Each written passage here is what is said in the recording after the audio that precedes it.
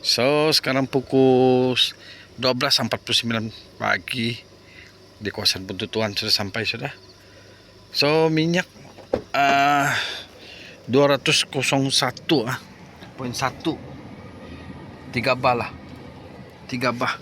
Sepatutnya boleh jimat, tapi memang saya heran sebab bukan saya mau kasih kasih jatuh ataupun apa, ataupun dia belum pijak lagi. Tapi memang sudah banyak kali saya jumpa lah yang agak baru tuh 1.5 bukit dia kalah lah, terus terang lah dulu. Tapi kalau jalan rata, tapi susah juga. Saya pun pernah jumpa di Binoni, jalan rata pun saya boleh speed, boleh pintas lah.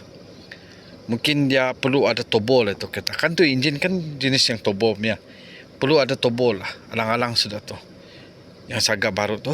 Okay, so 3 bar sudah makan daripada Beaufort sampai sini dengan 201.1 kilometer. 3 bar tu lebih kurang berapa ringgit tu, dah tahu lah. Okay, so selamat sampai.